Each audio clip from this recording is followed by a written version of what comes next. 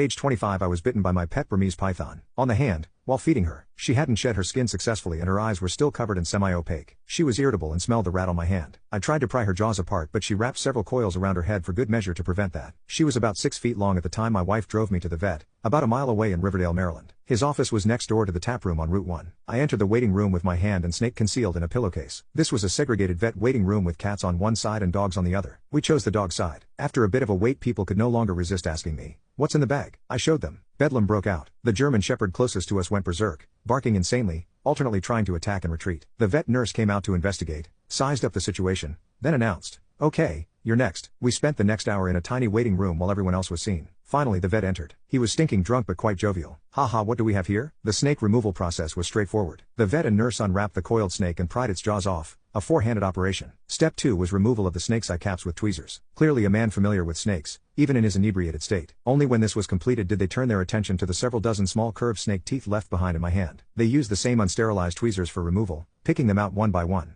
But wait, it gets better. By then I was bleeding from all the tiny puncture wounds, and there was considerable pain and swelling. The vet applied a tan goo to my wounds with a wooden applicator. This was like a miracle drug. The pain was instantly gone, and the bleeding stopped. "Doctor, what is this stuff? Can I get it at the drugstore?" He laughed. "Oh no, this is for treating poultry infections in commercial hen houses. You can't get this without a license."